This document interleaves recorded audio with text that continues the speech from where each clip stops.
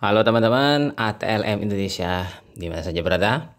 Nah, kali ini kita membahas materi diagnosis laboratorium tuberkulosis ya.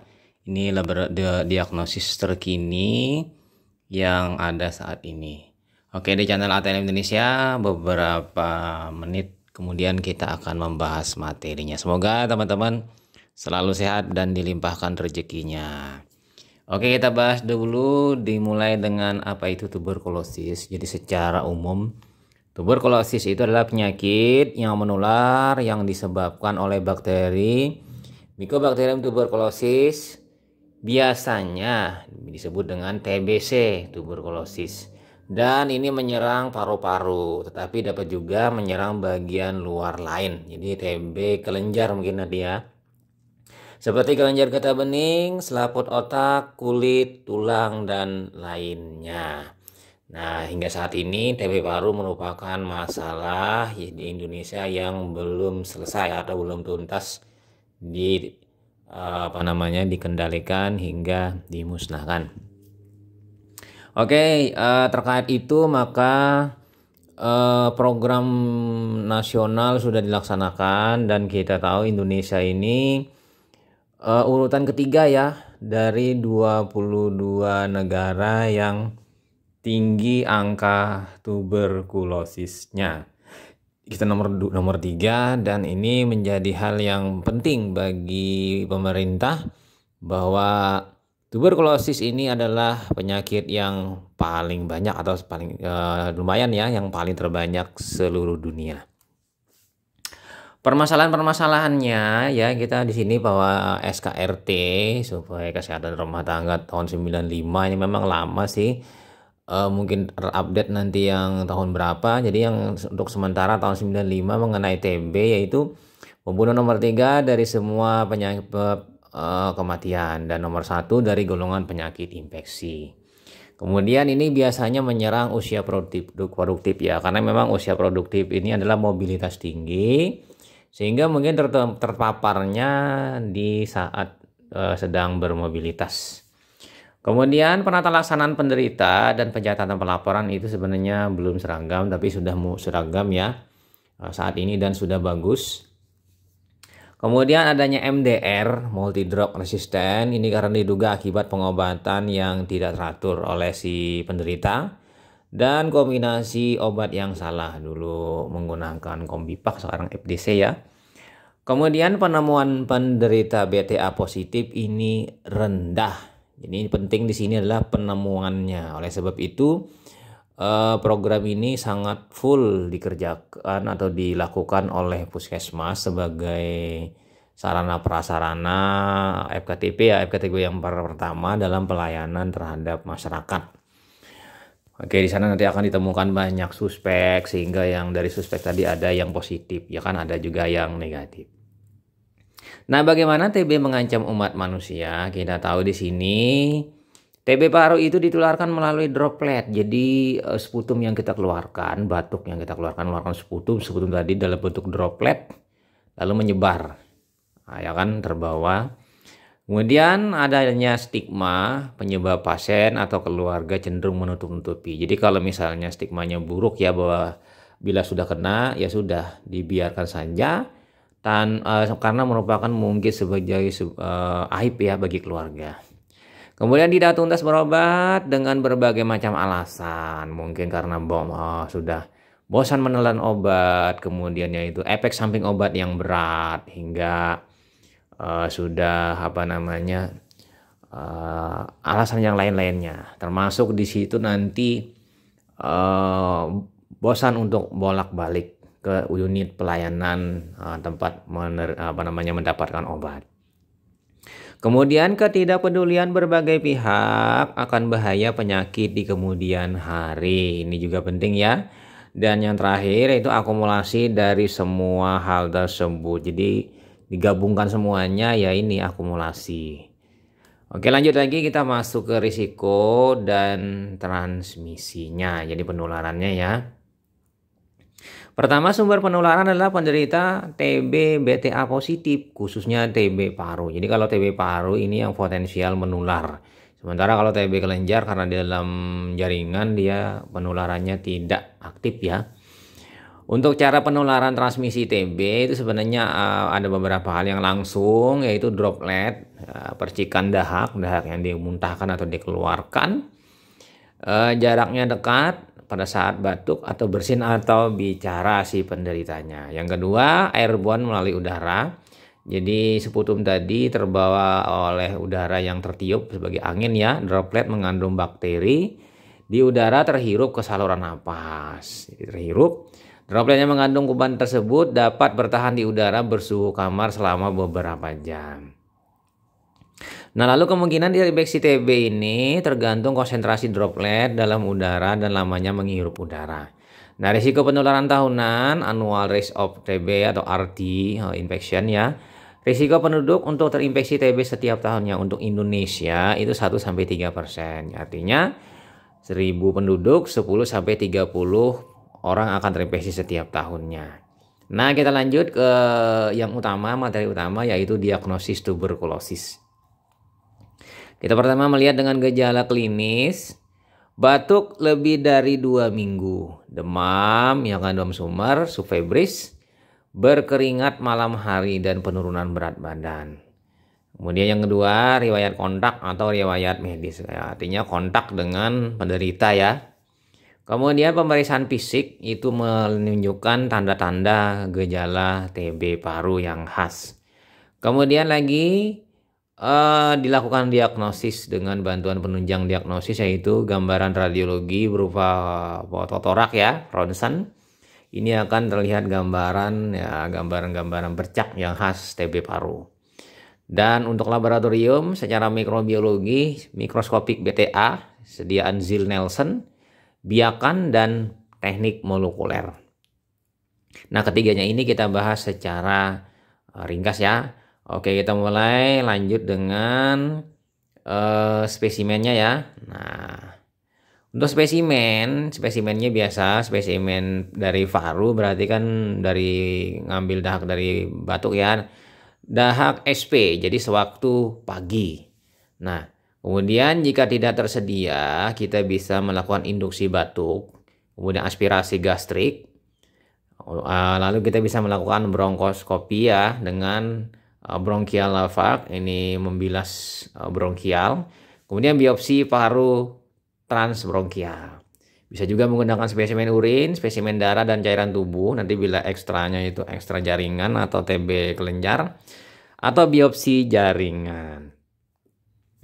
Oke, untuk pengambilan spesimen dahak dengan benar yaitu biasanya kumur dengan air bersih sebelum melakukan dahak. Kemudian bila menggunakan gigi palsu, lepaskan sebelum berkumur. Tarik napas dalam 2-3 kali dan setiap kali napas hembuskan dengan kuat. Jadi dekatkan pot yang sudah dibuka ke mulut dan batukan dengan keras langsung ke dalam pot dahak. Jadi tutup pot yang berisi dahak dengan rapat. Setelah selesai, anjurkan penderita membersihkan mulut dengan tisu bersih dan mencuci tangan. Nah, mengenai pengambilan spesimen ini sudah kita bahas di video sebelumnya. Oke, kita lanjut. Di sini masih di pengambilan spesimen. Inilah gambar-gambar mengenai keterangannya terkait dengan pengambilan spesimen tadi, ya kan? Lalu kita pindah, spesimen yang dikumpulkan terdiri dari hal seperti ini adalah kualitasnya. Jadi ada yang kualitasnya bagus, ya kan, kualitas spesimennya ada mukoidnya, kemudian ada juga yang furulen, ada juga yang bercampur dengan darah. Nah, sementara yang terakhir itu biasanya adalah air liur, jadi kurang bagus untuk dilakukan pemeriksaan karena banyak air liurnya. Yang diinginkan adalah dahak atau jadi dahak yang kita ambil. Karena apa? Kalau dahak itu lebih bagus karena dahak itu ada 3 komponen, bisa purulen, bisa blood, mengandung darah, atau memang dia mukoid. Jadi 3 ini digabungkan, ada yang kadang-kadang 2 saja tapi ada yang ketiga-tiganya. Oke, lanjut lagi. Di sini diagnosis laboratorium TB di Indonesia ini pada prinsipnya hanya seperti ini ya. Pertama mikroskopik, yang kedua biakan, yang ketiga uji kepekaan antibiotik, yang keempat TCM, dan kelima LPA. Oke, kita bahas ya perlahan-lahan satu persatu pemeriksaan direct mikroskopik. Nah, untuk pemeriksaan mikroskopik itu standar WHO bahwa setiap sediaan apus dahak itu menggunakan metode pemeriksaan Ziehl-Neelsen. Jadi Ziehl-Neelsen ya yang digunakan, dan memang saat ini sudah memang semua puskesmas, semua rumah sakit sudah melakukan pelayanan pemeriksaan sediaan apus darah menggunakan pewarnaan Ziehl-Neelsen. Jadi di sini karena apa? Mudah, murah, ya kan? Jadi dapat dilaksanakan oleh tenaga dengan minimalis sarana prasarana. Dapat mendeteksi kasus TBC yang infeksius atau menular, kemudian dapat digunakan untuk evaluasi hasil pengobatan nanti misalnya bulan kedua, misalnya akhir pengobatan.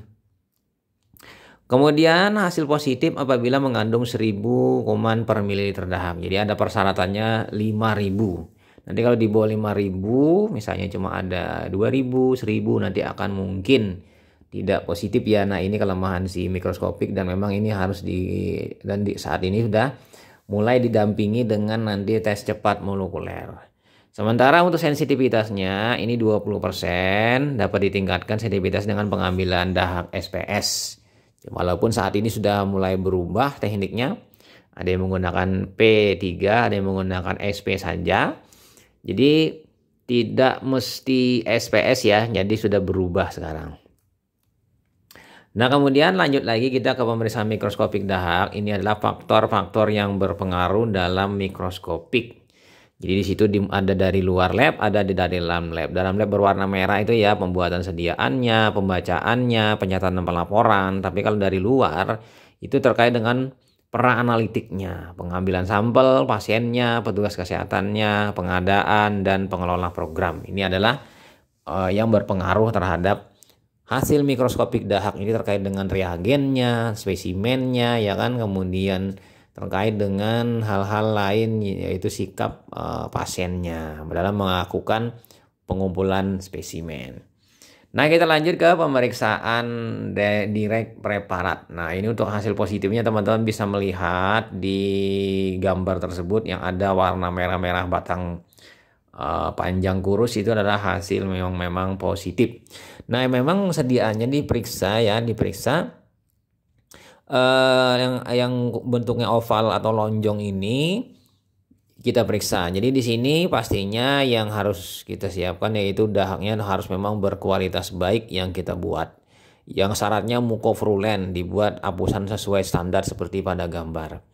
Yang kedua, penilaian sediaan, itu kita bisa melihat sediaannya dinilai dulu. Kemudian pembacaan sediaan kita bandingkan dengan skala yang sudah disediakan ya, skala TB. Dan pastinya lagi di sini yang terakhir adalah pelaporan hasil dilaporkan dengan menggunakan buku TB, ya kan, TB paru ya.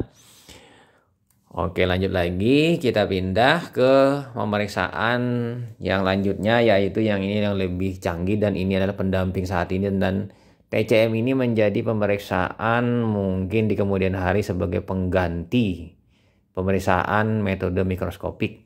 Tes cepat molekuler gen expert. Nah, di sini adalah mendeteksi DNA Mycobacterium tuberculosis atau MTB kompleks dan Mycobacterium tuberculosis yang resisten rifampicin. Jadi nanti di sini mendeteksi adanya kasus MDR. Ya, rifampicin ya nanti ya di sini pastinya.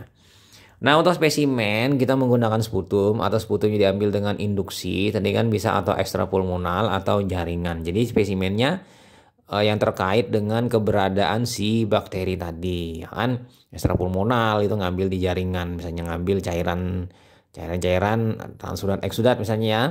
Kalau sputum saja itu adalah yang paling banyak digunakan.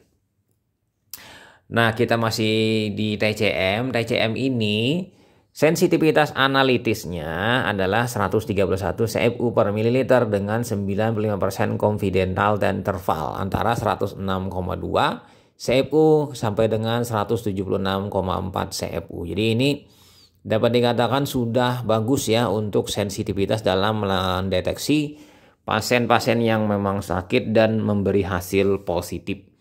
Sementara untuk spesifisitas analitis itu ada eksklusivitasnya dari 18 kultur strain MOTT yang diuji ya. semuanya terlapor sebagai MTB negatif. Jadi di sini pastinya memberi hasil negatif pada orang sehat. Jadi pastinya spesifisitasnya penting ya, terkait dengan spesifisitas secara epidemiologi. Kemudian inklusivitas analisis. Jadi gen expert ini untuk MTB RIF ini secara tepat mendeteksi semua tipe strain MTB strain dan atau isolat rifampicin resisten. Jadi nanti pada saat kita memprint out nanti ada warna merah, mungkin pada saat di VitaFrint lembar printnya itu berarti dia resisten ya. Sementara di bila warnanya hijau itu tidak mengalami resistensi.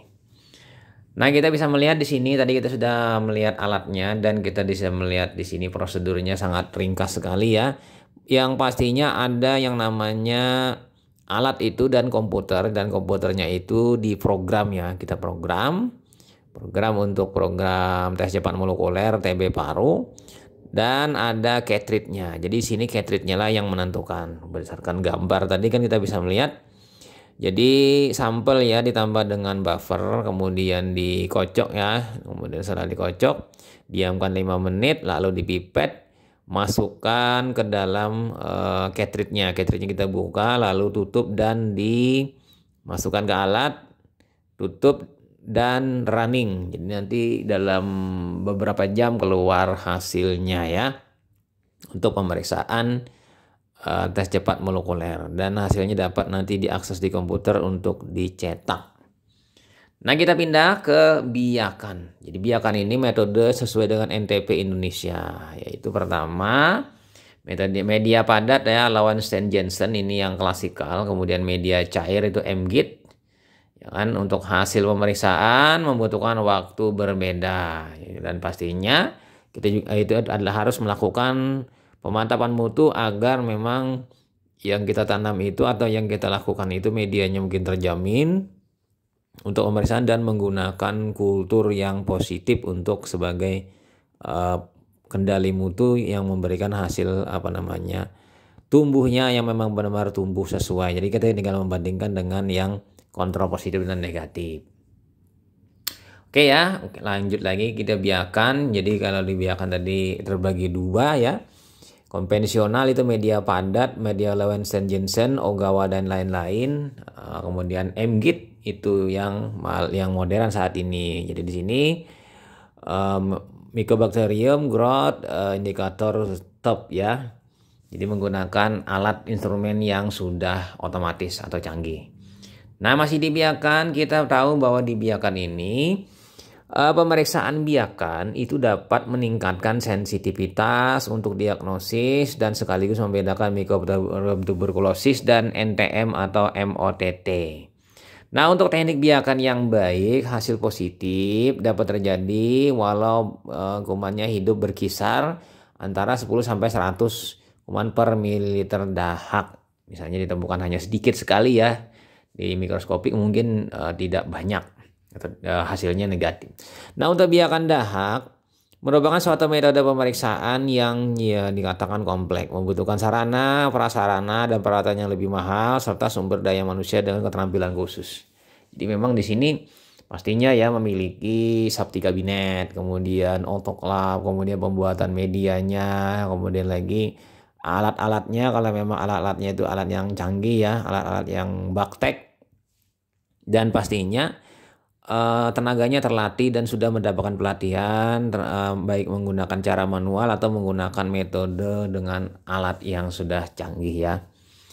Oke, masih di biakan. Jadi pemeriksaan biakan itu juga bertujuan untuk membantu percepatan penemuan kasus MDR dan XDR agar dapat segera diterapi dan membantu follow up pasien ya. Di sini penting sekali ya biakan ini. Sementara untuk uji serologi itu untuk mendeteksi kadar antibodi. Jadi tahun 2011 WHO mengeluarkan pernyataan tidak direkomendasi untuk diagnosis paru dan ekstra paru. Misalnya dulu menggunakan teknik Mycodot ya dan menggunakan teknik ACT imunokromatiditas yang mana menghasilkan pemeriksaan anti TB. Jadi tidak direkomendasikan lagi. Nah, sementara untuk pot dahak itu atau pot sputum itu adalah pot dahak itu steril, kemudian diameternya 4 sampai 6 cm, dinding pot transparan yang seperti pada gambar ya, tidak mudah pecah. Tutup berulir cukup, dapat menutup rapat. Ini yang paling penting, menutup rapat dengan ulirnya tadi. Identitas di badan pot ya. Dan ini sekali pakai atau terbuka harus dibuang. Jadi sekali pakai buang, tidak boleh dipakai berulang. Nah, untuk volumenya dan kulit dahak yang baik untuk diagnosis itu harus memenuhi kriteria-kriteria khusus ya, seperti yang kita bahas tadi. Pastinya mukoid mungkin, kemudian lagi bisa purulen ya, atau mungkin bercampur sedikit dengan dahak atau banyak dengan darah ya. Oke. Nah, metode biakan pada media padat LG Lowenstein Jensen. Nah, ini seperti ini ringkasannya. Pastikan BSC dan semua bahan tersedia baik dan cukup jumlahnya. Kemudian sampel masukkan ke dalam tabung sentrifuge 50 ml ditambah larutan NaOH 4%. 1:1 secara hati-hati, homogenikan dengan vortex dan diamati. Jadi di sini proses namanya pencairan sputum dengan bantuan NaOH. Jadi nanti homogenisasi ya. Setelah itu biarkan 15 menit, tambahkan PBS fosfat baper salin ya. Jadi sini mengubah pH-nya. Itu Aquades yang mana pH-nya 6,8 sampai 7,2 sampai tanda tertinggi 45 ml secara hati-hati. Lalu sentrifuge 3000 rpm sama 15 menit, supernatan dibuang. Inokulasikan sedimen pada 2 buah tabung LG. Jadi tutup tidak rapat tapi agak jangan longgar ya, dan posisi miring 1 hari. Pembacaan tiap minggu diamati. Nah, di sini inkubasinya maksimal menyatakan negatif bila 8 minggu tidak tumbuh-tumbuh saja. Jadi selama 8 minggu atau 2 bulan tidak tumbuh, berarti itu adalah negatif. Karena dia perlu waktu kurang lebih di atas 1 bulan untuk menghasilkan pertumbuhannya. Kan dia masuk yang bakteri yang lambat tumbuhnya. Nah, ini kira-kira gambaran kultur Mycobacterium tuberculosis pada media Lowenstein Jensen ya, pada tabung atau pada botol panjang ya, tergantung nanti penggunaannya. Yang pastinya dia dilengkapi dengan tutup ya, bagus lagi tutupnya ada tutup ulir. Nah, kultur Lowenstein Jensen itu adalah dalam media padat. Kita bisa melihat di sini adalah keuntungannya. Keuntungannya adalah metode ini secara nilai dia memiliki ekonomis, murah ya, tidak banyak mengeluarkan kos. Kemudian bentuk koloni terlihat jelas. Pastinya ini bila terlihat koloni berarti memang positif. Sementara keterbatasan dari LG ini adalah Mycobacterium tuberculosis kompleks tumbuh lambat. Ya kan? Kemudian waktu 3 sampai 8 minggu untuk tumbuh. Jadi dia lambat ya, di atas 3 minggu. Biasanya sudah mulai tumbuh itu di 4 minggu, 5 minggu ya. Kemudian spesimen dapat terkontaminasi saat tumbuh. Jadi dan bahkan lagi di sini membutuhkan spesimen berulang. Jadi akhirnya pemanjangan waktu yang panjang. Sementara pasiennya sudah hopeless. Jadi pasiennya ini menunggu kapan diberikan pengobatan, sementara diagnosisnya lambat. Nah, ini kelemahan dari sistem dari media kultur Lowenstein Jensen. Oke ya, kita pindah ke koloni karakteris dari media tersebut, yaitu rock, talk and buff colony of Mycobacterium tuberculosis. Jadi di situ terlihat ya agak sedikit kasar besar dan warnanya beda ya dari media dasarnya. Dia agak warnanya kemerah-merahan pink atau agak pink putih ya. Kemudian dia berbiji berbulat-bulat ya, di situ kita lihat, dan mungkin agak sedikit kering ya. Nah, identifikasi MTB di sini sebagai tahan asam, non motil, bentuk batang, aerobik. Kemudian asam mikolik dan wax di dinding sel. Kemudian pertumbuhannya itu lambat. Gagal tumbuh pada suhu 25 derajat Celcius. Jadi kalau suhunya di bawah ya, suhu rendah, suhu kamar. Sensitif terhadap PNB, para nitrobenzoik acid, dan tidak ada produksi pigmen. Nah, tes lainnya di sini untuk melihat di Mycobacterium tuberculosis adalah dengan tes niacin dan tes serologi MPT64. Nah, oke ya. Kita bisa melihat di sini untuk niacin dan MPT64. Jadi untuk niacin ini Mycobacter tuberculosis kita lihat di sini dia hasilnya lihat pada gambar di sini ya. Jadi untuk melihat deteksi adanya niacin detect by addition of 10% cyanogen bromide. Jadi di sini dengan penambahan 10% cyanogen bromide dan 4% anilin dalam 96% alkohol. Jadi di sini kita bisa melihat ya, positifnya reaktif itu canary yellow. Sementara yang negatif di situ dilihat ya. Nah, oke, sementara lalu kita pindah ke prinsip OTB cek MPT64 di sini. Jadi memberi hasil positif dengan kita mengeceknya menggunakan card ya. Jadi sana card itu tunggu selama 10 menit setelah kita melakukan proses penetesan di cardnya.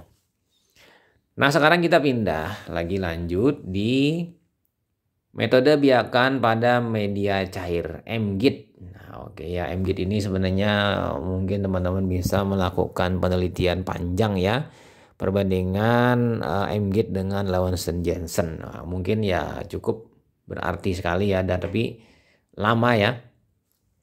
Nah, untuk persiapan di sini adanya sodium hidroksid NaOH ya, sodium sitrat, kemudian N-acetyl L-cysteine NaOX, kemudian fosfat vapor solution pH 6,8. Ya di sini ya kita siapkan yang 3 reagen ini. Sementara untuk catatannya di sini NaOH dan sodium sitrat dapat dicampur, disterilkan dan disimpan dalam botol steril hingga 6 bulan ya bagusnya. Kemudian setelah ini ditambahkan ke dalam NaOH dan sodium sitrat, dia bekerja baik selama 24 jam saja. Jadi ini mungkin akan mengalami kerusakan. Nah, untuk Bactek MGIT 960 reagen ini biasanya ada 3. Pertama MGIT 960 gurat suplemen, yang kedua BBL MGIT Panta, dan BBL MGIT Top 7 ml ya. Kita bisa melihat pada gambar. Nah, kita masih di BBL MGIT Top 7 ml di sini. Modifikasi Middlebrook 7H9 broad base. Ini merupakan sebuah indikator fluoresen pada bawah tabung, bawah tabungnya ya, dengan mendeteksi kadar oksigen. Nanti teman-teman bisa melihat ya, yang paling bawah itu ada berwarna merah menyala ya kan, atau putih.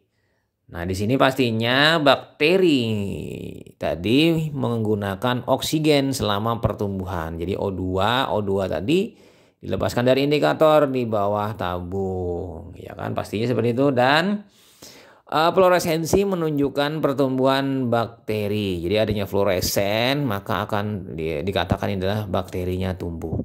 Jadi dapat mendeteksi pertumbuhan Mycobacterium sejak 4 sampai dengan 42 hari dari inokulasi. Jadi cukup cepat ya. 4 hari sampai 42. 42 ini berarti kan kalau kita hitung 1 bulan ditambah dengan 12 hari. Jadi 1 bulan setengah. Beda dengan yang Lawson Jensen tadi yang mencapai 2 bulan.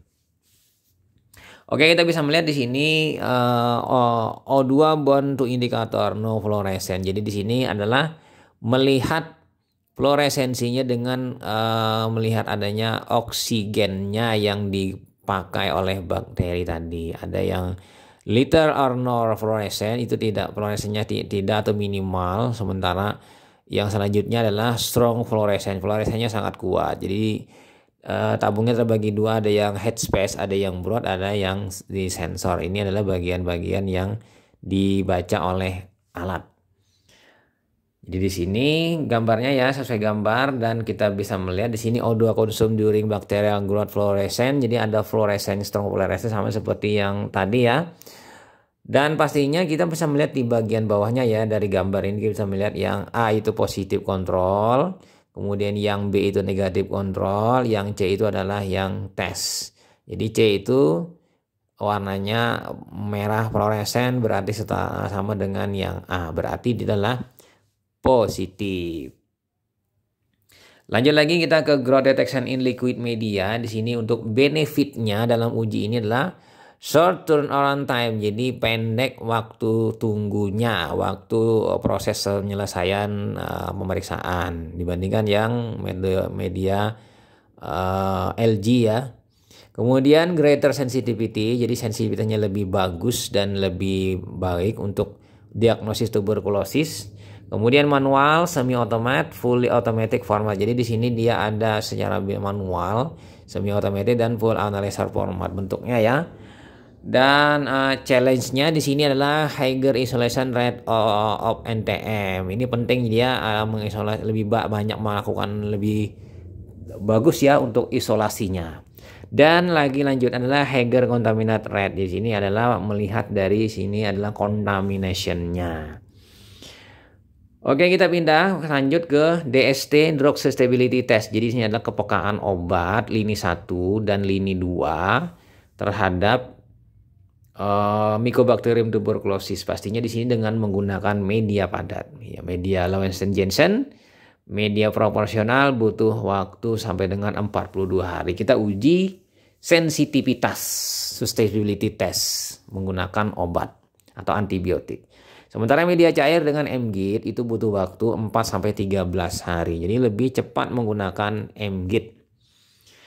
Oke, kita pindah ke LPA, Line Probe Assay. Jadi LPA ini adalah digunakan untuk memeriksa status kepekaan bakteri ya terhadap obat TB paru. Lini pertama INH, isoniazid hidrasid, dan rifampicin. Dan lini kedua yang dapat mengetahui status kepekaan terhadap obat lini kedua, ya kan?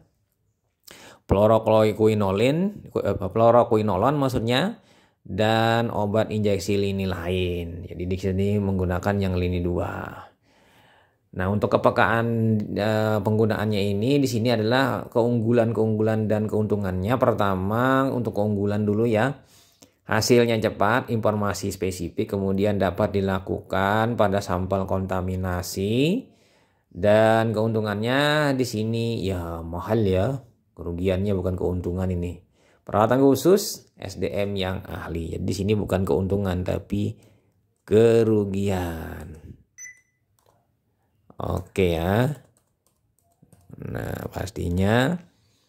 Nah, lanjut lagi kita di sini kita melihat dari selanjutnya itu genotype MTBTDR plus test prosedur. Jadi di sini kita melakukan pertama tahapannya ekstraksi DNA dari spesimen sehingga dilepaskan DNA yang bebas. Nah, dari situ DNA yang bebas tadi kita lakukan amplifikasi dengan menggunakan teknik PCR. Setelah itu selesai, maka kita bisa mendeteksinya dengan teknik hibridisasi. Jadi melakukan reversirisasi dengan amplifikasinya dengan amplifiernya asam nukleat yang spesifik untuk probe DNA tadi untuk membentuk sebuah garis atau pita ya. Lalu kita melakukan evaluasi bentuk pitanya tadi. Nah, untuk interpretasi di sini pada pita-pitanya di sini kita lihat pita kontrol konjugasi atau CC. Jadi untuk memeriksa ikatan konjugat pada strip dan kontrol amplifikasi atau AC untuk kontrol keberhasilan dari amplifikasi. Jadi di sini kita melihat dari garis-garisnya. Kemudian TUB deteksi tuberkulosis juga, kemudian RPOB untuk rifampicin, dan INHA itu adalah untuk INH atau isoniazid. Jadi kita tinggal melihat saja di situ pada gambar. Oke ya, itu beberapa pemeriksaan terkini dalam diagnosis TB paru yang sudah kita bahas tadi. Semoga memberi manfaat bagi teman-teman, dan bagi teman-teman yang baru bergabung jangan lupa subscribe, nantikan video lainnya. Semoga apa yang kita bahas tadi bermanfaat bagi kita semuanya. Selamat belajar. Oke, itu saja. Sampai jumpa. Bye.